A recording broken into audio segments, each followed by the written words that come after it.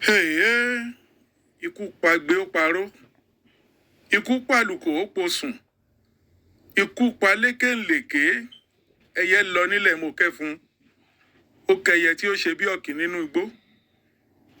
Ó ku ẹranko tí ó ṣe bí kìnìún olólàjù nínú ijù. Àjànàkú ṣubú kò lè dìde mọ́. Alhaji Aderemi Adedeji aka Olofa iná ó ṣílẹ̀ wọ̀. Bẹ́ẹ̀ délé kọ́ kílé, bẹ́ẹ̀ dájò kọ́ kájò. Ohun tí wọ́n bá ń jẹ lájùlé ọ̀run ni ẹ máa bá wọn jẹ. Má jọkùn má jẹ kòló. Àgbà òṣèré nílẹ̀ Yorùbá lọ, àgbà èdè láàrin òṣèré lọ.